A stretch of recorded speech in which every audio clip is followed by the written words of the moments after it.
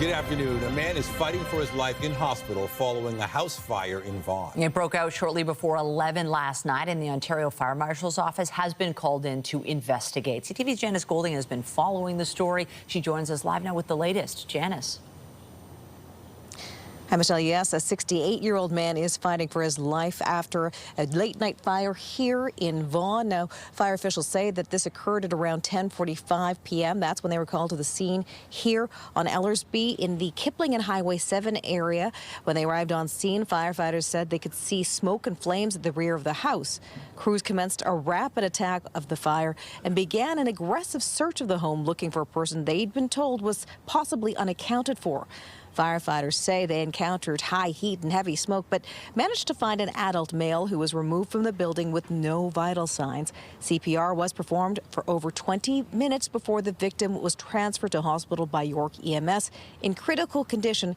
Here is more from Deputy Fire Chief Grant Moffat. One thing I want to remind everyone is that to regularly check and test their smoke alarms. We haven't confirmed any smoke alarms yet. That will be part of the ongoing investigation. I want to say from the crews last night, they did a tremendous job getting in, getting this person out, and giving them a fighting chance. Fire officials say one person who called in the fire had actually managed to self-rescue. The Ontario Fire Marshal's office is investigating. The cause of the blaze, of course, is still unknown. Reporting live, I'm Janice Golding. Now back to Michelle and Nathan. Thank you, Janice. A woman is in hospital following a stabbing in the city's East End. Police say the woman, who was in her 40s, was stabbed after a fight broke out near Lumsden Avenue and Eastdale Avenue just before 11 p.m. She was taken to hospital with non-life-threatening injuries. A 47-year-old woman was arrested at the scene.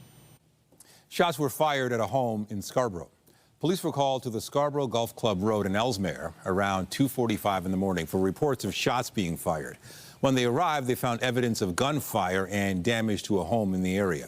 Investigators have not given any suspect information, and no injuries have been reported. And two people are facing charges in connection with a fatal shooting back in February. 18-year-old Xzavier Blake has been charged with first-degree murder in the death of 37-year-old Chandan Kumar Raja Nandakumar.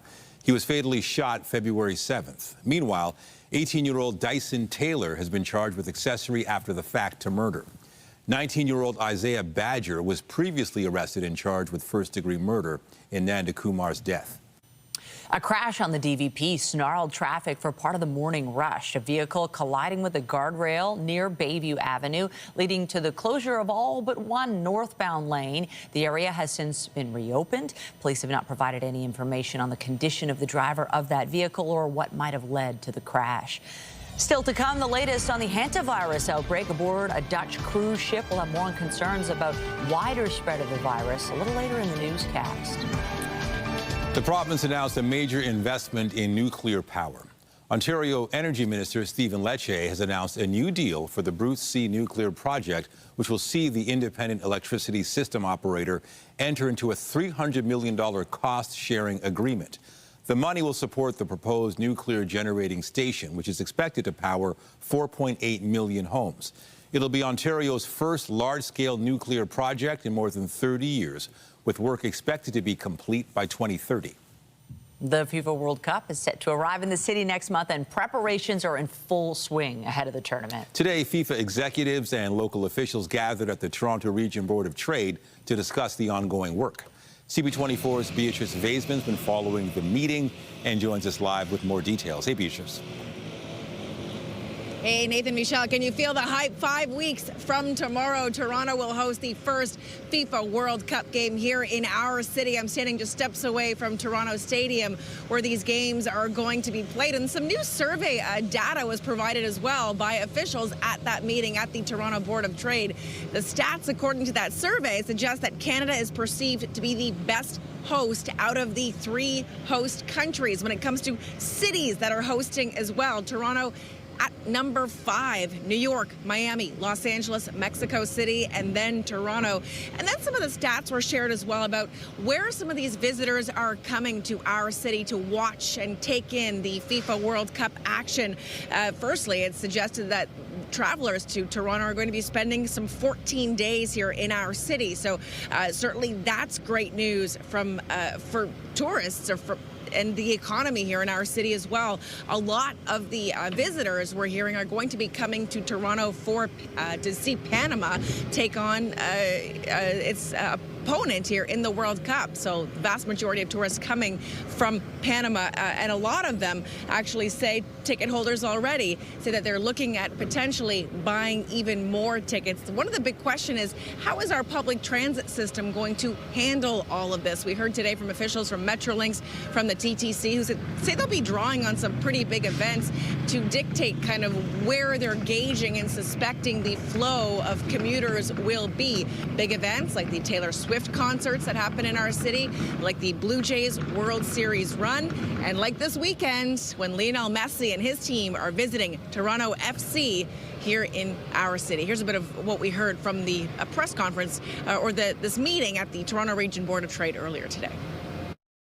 It tells me that the world sees us as we want to be. And now it's up to us to deliver on that promise that this bid was about and that the world voted for Canada to host. This will be a process where all of the planning, as good as it's been, needs to then be adaptable.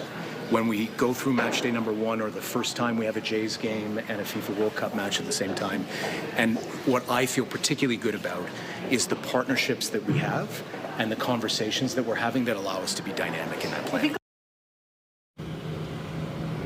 So the city gearing up for a lot of action happening here in the month of June. When you look at the top 12 countries purchasing tickets for matches here in Toronto, Canada, overwhelmingly, people from our country buying a lot of tickets, USA, Panama, Germany, and Croatia rounding out the top 5. So again, as of tomorrow, 5 weeks away, the eyes of the world will be here in Toronto. It'll be a lot of fun. Reporting live from outside Toronto Stadium, I'm Beatrice Vaisman. Back to you. Thank you, Beatrice.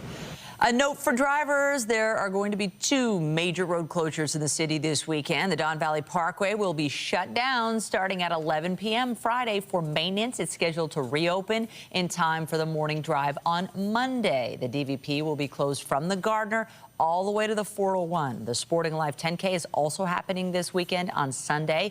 There will be rolling closures along Yonge from Lawrence down to Front Street from 4 a.m. to noon. And on the TTC, signal work is going to shut down Line 2 between Kipling and Jane stations from 11 p.m. on Friday to Sunday morning. The CNE is already preparing for its summer season. The CNE has posted advanced ticket sales for its upcoming season. General admission is currently just over $25, while admission plus unlimited rides costs a little more than $50. Advanced tickets will be available to be purchased until August 20th. Time for a live look outside on this sunny Thursday. Glorious sunshine for whatever you have planned today, but certainly it could be warmer for this time in May. If you step into the shadows, it definitely feels fresher. But if you're out in the sun, really comfortable. Lindsay Morrison is here with a look at the current conditions. What are your thoughts, Lindsay? Yeah, I agree, Michelle. The sun makes all the difference. And already today, we are warmer than we got at any point yesterday. So I think that that's a good sign of the day ahead. 10 degrees right now, still in the single digits in some areas. Overnight tonight is going to be chilly once again. So this frost advisory remains in place. But ahead of that, beautiful sunshine. We're just starting to see a little bit of clouds start to build around the GTA. And if you look westward, a few showers inching their way toward us here in the city. That was expected. We've got the chance of showers around the GTA for the next couple of days. Not a widespread rain event, not a heavy rain event either, but just enough that you need to keep the umbrella available. Winds for us right now coming out of the south and the southwest. A little breezy in parts of Muskoka and around Kingston. There's your day at a glance. 12 degrees is what we're forecasting. Yes, a bit of an increase in cloud cover, but we will enjoy that sunshine in the mix for today. And we're going to take you through the weekend weather forecast coming up. But for now, Nathan, I'll send it over to you. Thank you, Lindsay.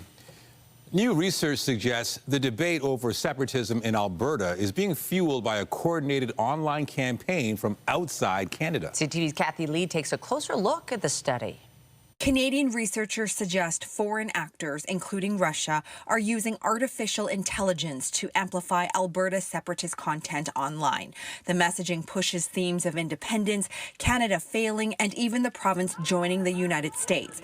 They say this strategy is subtle, designed to blend into everyday conversations and meant to create division. The reason why people don't see it is it's very covert. They write messages and have narratives that are close enough to something that you believe that you will send an article along without necessarily reading everything that's in that article. These concerns come as another controversy grows in Alberta. A separatist group, the Centurion Project, is facing allegations it illegally obtained information on millions of Alberta voters. The scale of this is truly unprecedented in Alberta's history. And there's a real risk of harm, I think, to people in connection with this incident. There are also allegations voter data, including that of former Premier Jason Kenney, was shown during an online meeting. A member of the Premier's inner circle was in attendance, but Danielle Smith, who says she was not aware of the breach, defended the caucus staffer.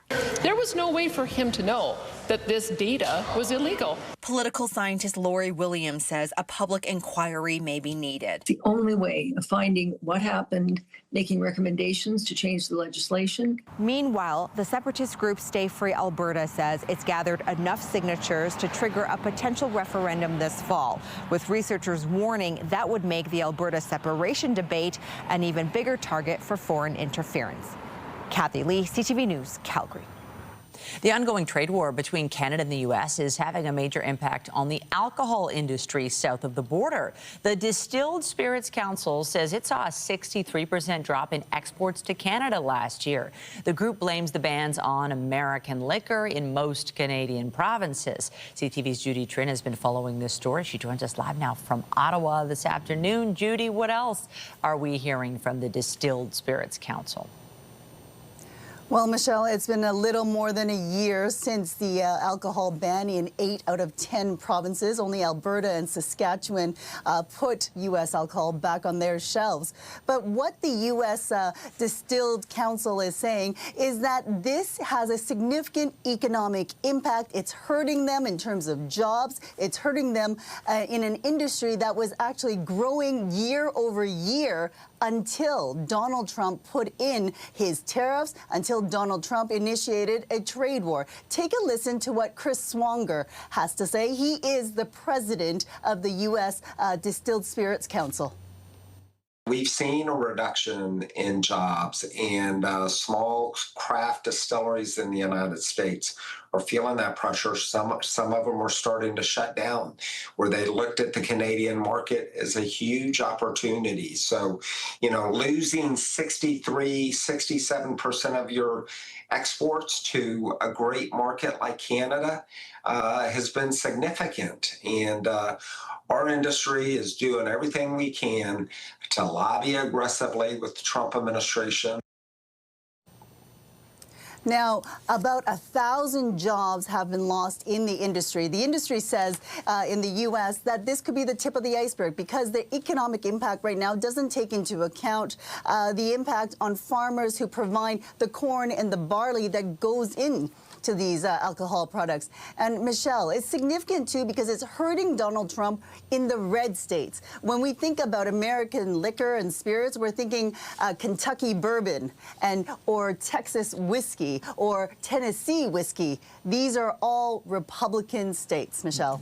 Interesting to know. Now, we know these bans have been described as a trade irritant. Is that what led to this report? That's right. The U.S. Distillery Council is basically saying that they are lobbying Donald Trump to do something about this. They're also lobbying Canadian politicians to do something about this. A recent Nanos poll found that Canadians, though, are very happy to put in place these bans. They're happy to take this protest action because they believe that it is impacting and helping Canada's negotiating position when it comes to to the opening of the U.S. CUSMA review, which begins on July 1st. Now, Michelle, 55% of Canadians support these bans, whether it is travel, reducing travel to the U.S. Or alcohol bans. Michelle, I should also point out to you, we're talking about just the dollar figures. A U.S. study out of the University of Tennessee found that this ban on wine, spirits, as well as beer, basically took out $500 million U.S. in export sales from Canada. Can you believe that? That's how much has been wiped off. I know, at the risk of sounding like a 5-year-old, they started it. They did. CTV's Judy Trin live for us in Ottawa. Thank you. You're welcome. Meanwhile, a Mexican trade delegation is in Toronto. The Mexican Economy Secretary posting this photo of himself and Canada-U.S. Trade Minister Dominic LeBlanc late yesterday. The Secretary says the two countries will grow their trade and investments. He also thanked LeBlanc for welcoming the delegation that includes more than 250 Mexican companies.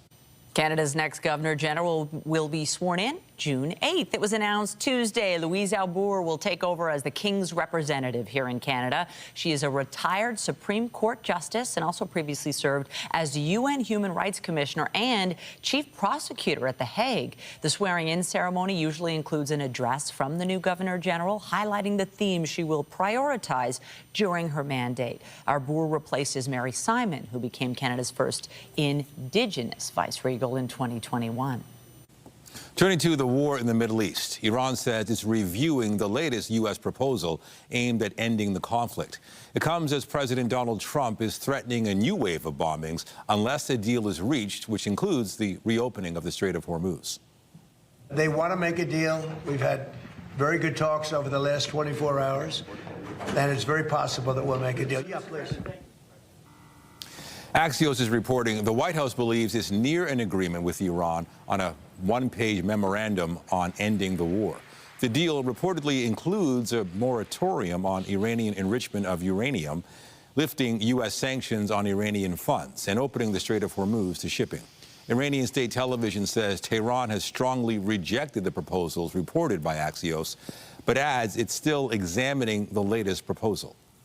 Gas prices in the GTA fell roughly 5 cents overnight. The average price at most GTA stations dropping to just under $1.91 per liter. The decline coming after a 7-cent spike yesterday. Dan McTagg with Canadians for Affordable Energy is predicting that a 7-cent drop is on the way tomorrow. And the rising cost of gas has some people turning to less than legal methods to get their hands on fuel. CTV's Alex Carpa has more on the increasing number of gas thefts being reported in Canada. Some are turning to unconventional methods to get their hands on fuel, a desperation move with gas prices soaring. You know, they'll do it right here. X marks the spot where people drill into fuel tanks with the intention of stealing gas directly from vehicles. So they'll take a hole saw, they'll drill it in, and they'll stick a pipe in with a transfer pump, and it's done in minutes. Mechanics have noticed a recent uptick in vehicles coming into their shop with gas tank damage, repairing a couple of cars a month. It's pretty simple, but it's costly. I mean, we have to take the tank out, which on a lot of vehicles is 2 to 3 hours of labor, and then we have to bring it to a special place where they weld them, and then we put them back in. And the theft is leaving individuals and businesses out hundreds of dollars. So this is one of the trucks that was damaged. Juliana Bartel says 2 of the trucks at her business were recently targeted. We came to work in the morning and tried to fire up a truck, and it was making some weird sounds, so the guys went underneath the vehicle because we assumed our gas tank was drilled. And that's exactly what had happened. Siphoning gas is the more traditional way to steal gas from a vehicle, but drilling a hole into the pump directly is a faster method. It's just such a huge inconvenience. RCMP say this type of theft is relatively common, especially in rural communities. Their advice, keep your car in a well-lit area and have cameras installed on your property. Similar incidents are also being reported elsewhere. Earlier this year, a suspect in BC's interior drilled into a gas tank and stole fuel from a pickup truck. Thefts like this are also being reported south of the border. It happens fast, and they're in and out. As gas prices continue to rise, Jansen says he believes this theft could become a bigger issue. Alex Carper, CTV News in Bloom North, Manitoba. The cruise ship, which is dealing with a deadly hantavirus outbreak, is currently making its way from Cape Verde to the Canary Islands. It's expected to dock there on Sunday. 3 patients were evacuated from the ship on Wednesday, with 1 being admitted to hospital in the Netherlands. 3 people have died as a result of the outbreak, with 8 others suspected to have contracted the virus. Now, countries around the world are scrambling to track down dozens of passengers who left the cruise ship nearly 2 weeks after the first passenger died on board. A KLM flight attendant who had contact with a Dutch woman who died of hantavirus has been hospitalized in Amsterdam and is being tested for the virus. The Ontario government says 2 Canadians who got off the ship are in the province and have been isolating since they returned home. The government believes they are not a transmission risk, but says the situation is fluid. The incubation and monitoring period will likely be around 30 days. The province is also preparing to see if there are any other people who need to return to Ontario. A 3rd Canadian is also isolating. That person was not on the ship, but was on the same flight home as the other 2 Canadians and may have come in contact with an infected passenger. Meanwhile, Canadian consular officials are en route to Tenerife, where the ship will arrive. All public health protocols will be followed when the support is being offered to the Canadians and thereafter. I will also indicate that we have contacted the Canadians by email after obtaining the manifest of the ship, and again, offering all support to those Canadians should they wish to have it. The minister says the government will be contacting all Canadians who are on board the vessel, and the consular team will be in Tenerife to ensure all public health protocols are followed. Living Legends is a friendly soccer match happening tomorrow at BMO Field, which will include iconic players like Brazil's Ronaldinho and former Toronto FC stars like Josie Altidore and Dwayne De Rosario. CTV Jessica Smith joins us now from Lamport Stadium with a preview, and some pretty big names are going to be there, Jess. It is legendary, Nathan. These names in football are huge for a reason, and it's all coming here to the city of Toronto tomorrow. Today's kind of the warm-up, the precursor, the practice, if you will. And Diogo Snow, you're the brains behind all of this. Why bring it here? I know we were talking before we came on camera that it's happened in Miami, but this is the first time in Toronto. We're a month away from the World Cup. The timing couldn't be better, but why create all of this? Oh, my God. You know, my head is always spinning, actually. I always, you know, thinking outside of the box, thinking, how can I do something different, right? From my career, from hanging Lamborghinis on, you know, on a crane upside down, to painting airplanes, to now doing this massive game. So actually, Ronaldinho, a good friend of mine, he invited me to play a match in Miami, right? Celebrity game.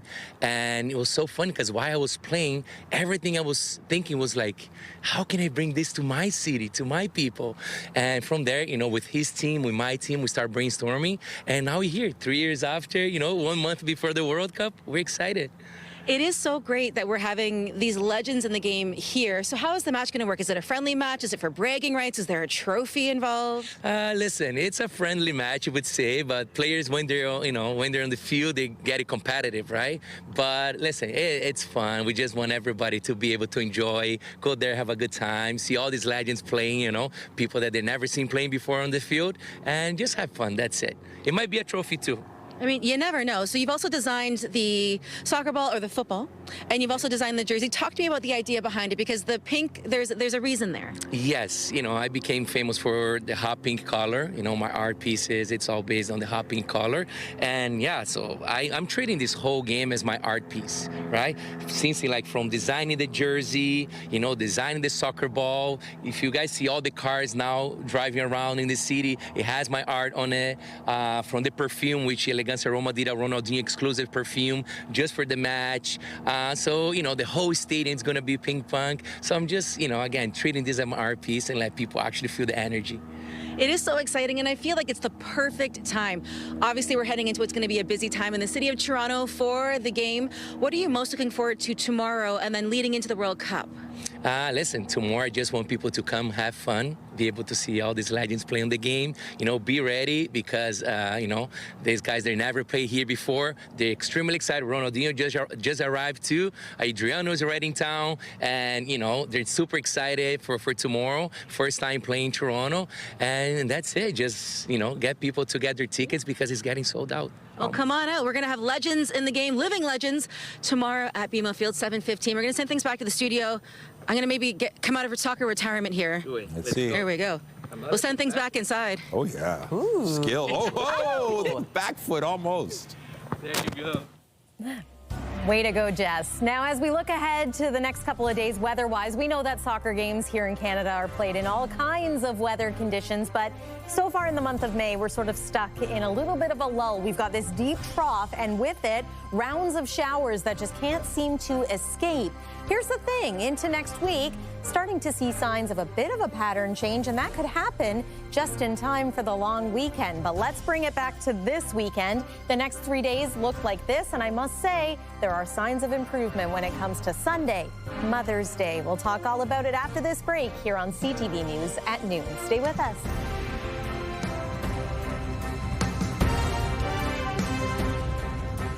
When you see it happen, send it to CTV News. Text 10400 from your screen to ours.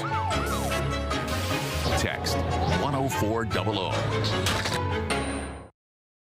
Oscar-winning director Maggie Kang is in town and received a special honor during her visit to the city today. Kang, who is best known for K-pop Demon Hunters, also participated in a fireside chat at the St. Lawrence Center for the Arts. And that's where we find CTV's Andria Case, who was there. She joins us live now with more. Andria, it's been so fun to watch Maggie Kang's journey. It certainly has, and and she hasn't lost any of her energy or enthusiasm for not only what she's accomplished, but also where she came from, which is, of course, the city of Toronto. She was born in Korea, but she came to Toronto, and this is where she went to Sheridan College and became an animator, and eventually, had a dream. She went to Los Angeles, started working for DreamWorks. She worked on films like Shrek and The Croods, and so while she was there, somebody came to her and said, do you have any ideas? We think you can be not just an animator, but a storyteller and a director, and the rest is history. It took her a couple of years to co-write K-pop Demon Hunters, and the rest, I said, is history. She's working on a second film right now, but when we spoke to her after the fireside chat, and there was no fire, she talked about why it's great to be back here in Toronto. What does it mean to you to be recognized this way? There's so many recognitions around the world, but this is Toronto. You got the key to the city today, as well as departure. I mean, I'm a proud Canadian, and I remind everybody that I am a Canadian and not American, because there's a massive difference. But coming back to Toronto, where all of this really started, this is where my love of K-pop and really my love of my culture really solidified. So it's very full circle. It's like a nice capper to the end of award season. Yeah. I'm calling this a Maggie Kang Day in Toronto. Mayor Olivia Chow was here today, as you saw, and gave Kang the key to the city. It's not something that a lot of people get, but because of what she's accomplished, making this film and putting Korea on the map and Toronto on the map, the mayor thought that this was the perfect person to give the key to. So tonight at 6 o'clock, we're going to be at Departure Honors. They are honoring a number of people in the arts, including Maggie Kang, and I'll have all that for you tonight at 6 o'clock on CTV News Toronto. I'll send it back to you in the studio. All right, thank you, Andrea. We love it when somebody from here makes it big, and it doesn't get much bigger than Maggie Kang. I know, Oscar winner, and she hasn't forgotten Toronto. I mean, she's loving the city. I love that. So great to see. Now she got the key. She's in good company, too. A lot of people. Drake's got the key. Yeah. Weather-wise today, just beautiful. The sunshine makes a difference, even though we could use just a little warmer temps. I found the key to our happiness, and it's a little more sun, wouldn't you say? Some warmer temperatures would be good, too, but we continue to trend cooler than normal for today over the next couple of days. But here's some good news. The weekend looks to bring a little more sun than it was looking like even yesterday. Weather is brought to you by the Presler Law Firm Injury Lawyers. You don't pay unless they win. And it was a beautiful start to the day today. We had a gorgeous sunrise, and then this is what it looked like from the CTV News chopper. Great morning to head to the dog park. Doesn't that look fun? And of course, the grass so green because of all the rain we've had so far this spring. Considering just how soggy it's been, it is nice to enjoy a day like today, although we're not completely in the clear either when it comes to wet weather. Look at what's happening now on the satellite and radar. We're starting to see more showers bubble up to the west of Hamilton, so back toward Brantford. If you're joining us from the Guelph area, you might be seeing a few sprinkles of rain now too. Bit of an increase in cloud cover happening for us here here locally in the city of Toronto. And yes, we need to keep the umbrella handy for this afternoon and this evening too. You'll notice that it's no one big low pressure system that's moving in. It's just scattered wet weather with the chance of that happening over the next 3 days here in the afternoon and early evening. The wet weather does look to become a little more organized as we make our way into this evening, mainly Toronto and west toward Hamilton, around the Golden Horseshoe and into Niagara. Plan on there being a few showers as we make our way through this evening. Those move on out, and then it's another clear but chilly overnight tonight, hence the risk of frost once more. There's tomorrow morning at around 9 a.m. anticipating some sun. That would be great. Chance of scattered showers again in the afternoon, and then heading into the day on Saturday, we for the most part see that system stay to our south, but we've got a front that could bring not only some showers but maybe some embedded thunder showers. And then Sunday, drier now by comparison with hopefully some sun. 10 degrees is where we stand right now at Pearson Airport. I'm going to remind you of the fact that our seasonal norm keeps climbing pretty quickly. So now the average temperature this time of year is 18 degrees. Really puts it into perspective when you see what our forecast highs are going forward. +2, the expected low overnight tonight for us, but many communities are going to be below freezing as we make our way through the overnight hours and into early Friday morning. There's tomorrow at a glance, 15 degrees. Yes, that is an improvement, and that's what we're expecting for Saturday as well. Sunday, about 14 for the high. Cooler than normal, but we'll take temperatures in the teens. I think most of us will. And again, a little drier with even more in the way of sunshine expected for the early days of next week. That's the weather for now. Nathan, going to send it over to you. Thank you, Lindsay. The Toronto Tempo are hitting the practice court for the final time before their season opener tomorrow. They'll be taking on the Washington Mystics at Coca-Cola Coliseum in their first ever WNBA regular season game. CTV's Allison Hurst has more.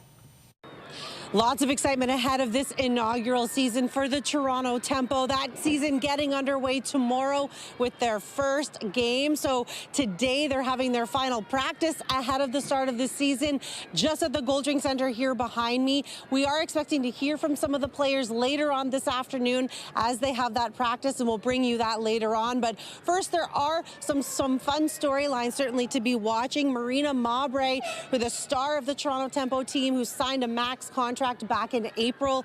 We haven't seen her wear that Tempo jersey yet in the preseason. We are expecting that she will be ready to play tomorrow, so there's a lot of excitement to see her finally take to the court. Of course, Hamilton's own Kia Nurse, already a fan favorite here in Toronto. Lots of people would probably know her certainly from her commentary on TSN, but also she's a veteran with the WNBA. People have been able to watch her play for many, many seasons. Lots of excitement that she has joined the Toronto Tempo team. She's actually was the first player to get a bucket for the Toronto Tempo in the preseason. Definitely looking forward to seeing her get on the court. And then, of course, it'll be worth watching to see what happens with Kiki Rice. She's the first round pick in the draft for the Toronto Tempo, and she was integral in UCLA's run for an NCAA championship earlier this year. So there'll be a lot of anticipation to see how she is utilized with what is a veteran team with the Toronto Tempo. There is expectation that as the games progress, we'll be able to see more and more minutes from the rookie, so lots of excitement around her as well. At the helm of this team, there is a head coach, Sandy Brondello. She has come to us from New York, a veteran coach in and of herself, and a winning coach, a two-time WNBA champion back in 2014 and also in 2024. She won, and in 2014, she was also named WNBA Coach of the Year. So she is bringing a wealth of knowledge to this team to try and get them all together for this expansion season, for this first for Canada, having this WNBA team get started here. We do understand that the team is still working out the kinks. We know that the European League really just ended recently, so all of the team is now just coming together and starting to get a sense of what her system will be. But we are hearing that things are going pretty well. The pieces are falling into place, and they're looking for a lot of W's to come in this season. There will be a few games played in Montreal and Vancouver as well as the season progresses. So lots of excitement from all across the country as the Tempo get ready to play. They're going to be playing Washington Mystic tomorrow night at the Coca-Cola Coliseum. Reporting from Toronto, I'm Allison Hurst. And still to come, concerns about social media and artificial intelligence. We'll have more on a new poll suggesting a majority of Canadians support restrictions. That's when we return.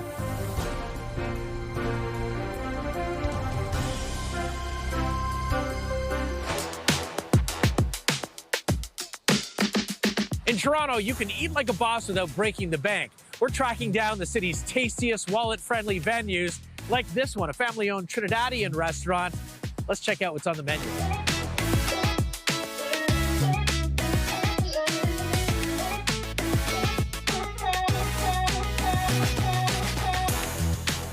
Mona, you've been here for 25 years. That's right. And people keep coming back, lines out the door, because something you're doing here is so special. The treatment they get, you know, all the service is very, very nice, right? Like, I tell my workers, you've got to treat everybody right. Yes. No matter who come and did. You do. I feel like you're my mom or my family. I've only met you for 5 minutes. What goes into a good roti, according to Mona? A lot of love. A lot of love, a lot of heart. Yeah, yeah. And then some good potatoes. That's right. The curry, whatever, you know, whatever meats, curry, goat, beef, shrimp. We have a nice shrimp roti also, eh? Very, very nice. Must make you happy to see people walk out and going, thank you, Mona, for this. Yes. Oh, my God, yes. Happy, happy. Yesterday, a guy came and said, oh, my God, I thought I would never see you here, but he comes and I leave, right? Yes. I say, I'm here every day, you know? But he's happy to see you. I'm happy to see you. Give me a hug, Mona. Thank you so much for letting us into your home. Yes. And I cannot wait to try. Yeah, you try. You would like it, too. All right. Oh, doubles, doubles. I love doubles. Okay, Mona. This is going to be so messy.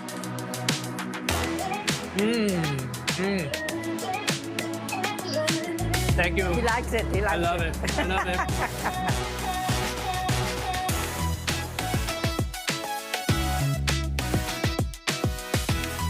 Scarborough proves you don't have to spend a fortune to eat like a king. Your wallet and your taste buds will thank you. And thank you, Mona. Yeah, thank you. Full details at cp24.com. I got him.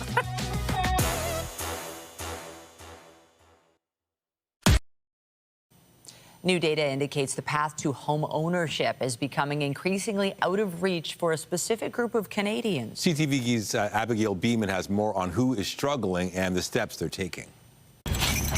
Even with a good job in the trades, Eric Rodriguez says he's struggling to afford getting back in the housing market. There used to be a time and an age in this country where working hard and making a good wage would get you ahead and would get you a house, and you'd be able to go on all these trips on the weekends with the kids. But now it just seems that we're working harder than ever, and we're just basically keeping our head above water. He's not surprised to hear about a new report from Statistics Canada that showed twice as many millennials live with their parents than baby boomers did when they were in the same 25 to 39 age bracket. A broad change across the generations, and it's not explicitly down to just one factor. While affordability is certainly one factor, Statistics Canada says others include a cultural shift with a more diverse younger population more likely to live with parents, and the concept of life stretching, where Canadians spend longer on each stage of life. They're having to go to post-secondary more. They pay more for the privilege to then land jobs that actually pay less than baby boomers earned after adjusting for inflation, to then face way higher housing prices. And home ownership is increasingly out of reach for so many. The consolation prize is lousy. It's rising rents. The paper was done using 2021 data as the latest data.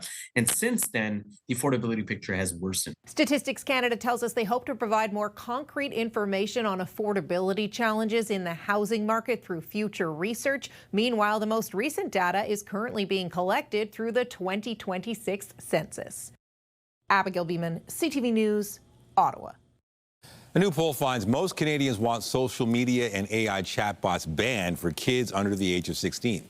The Leger poll found 70% of respondents say they support age restrictions for social media platforms like Instagram or TikTok. Nearly the same number support the same policy for AI chatbots like ChatGPT. Overall, more than 80% of people report being concerned about the potential negative impact the services could have on children and teens. Ottawa's promised to table an online harms bill aimed at regulating social media, chatbots, and gaming platforms. As part of a larger legislative package, the province is proposing changes aimed at reducing wait times for police record checks. The update is focused on vulnerable sector checks. They're for people working or volunteering with populations like children, seniors, and people with disabilities. They also require more detailed screenings, which can add to wait times. If the changes pass, designated police services would be allowed to help process those checks for applicants who live outside their jurisdiction. Solicitor General Michael Kersner said potential delays for those checks should never stand in the way of someone getting a job or giving back to their community. Still to come, Air Canada is taking more measures to address the rising cost of jet fuel. We'll have more on the changes the airline is making when we come back. Get Toronto's top stories, breaking news alerts, and watch live. Download the CTV News app. As the back and forth continues between the U.S. and Iran, markets are continuing their mostly upward trajectories. The S&P 500 is currently a hair above the all-time high it set yesterday. The NASDAQ Composite is also up, as is the TSX, although the Dow Jones is in the red. Crude oil prices were down around 3% amid hopes the latest push for a deal could reopen the Strait of Hormuz to tanker traffic. U.S. stocks have remained resilient despite the war, thanks partly to strong profit reports by big U.S. companies to start 2026. Meantime, airlines around the world and here in Canada are taking more steps to cope with the rising price of jet fuel. Air Canada confirmed today it will end a number of seasonal summer flights to U.S. destinations earlier than planned. They include 2 routes from Toronto. The last flight to Sacramento, California, will now depart August 1st, and the last trip to Charleston, South Carolina, will be September 6th. Service will also end earlier than planned between Vancouver and Raleigh and Montreal and Austin. The carrier says affected customers will be offered alternate travel options, including the option of refunds where applicable. Coming up, a 10-year-old boy has become the newest columnist for a community paper in Eastern Ontario. We'll have more on his early start to writing when we come back.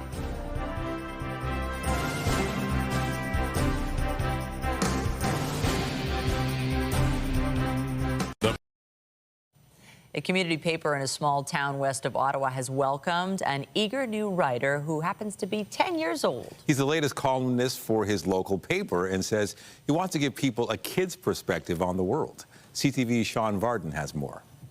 Mayor Murphy, I've already started that. Fred Hillier is not your typical 10-year-old. Along with schoolwork, hobbies, and church, he's now the newest and youngest columnist at the Eganville Leader. I want to be able to tell the world these days through a kid's eye. His bi-weekly column, Inside Fred's World, offers his hometown of Eganville a unique take from a kid's perspective. Pretty exciting. It's not something that you see every day, a kid getting to write for a paper. A good one. He can write about whatever interests him, and although it can be a lot of work, he hopes his young views will make people think. I kind of like make a list on Google Docs on my Chromebook, and then when I'm done with that list, the next day I write the column. Like this one, I had to make it like 530 words or something. It was kind of a little overwhelming.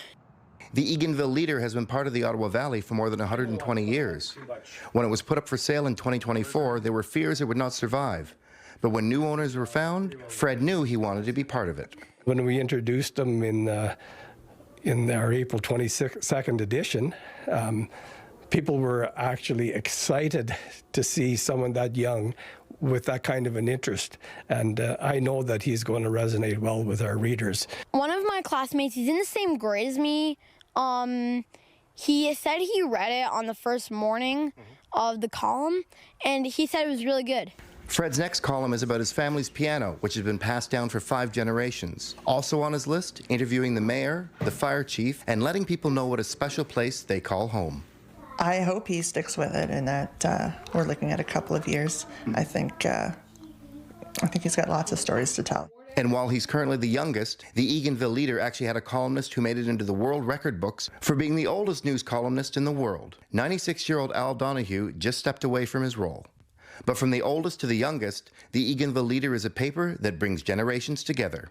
Ever since 1902, the Eganville Leader has been making its people happy or sad or somewhere in between. It feels really important to a kid like me from Eganville.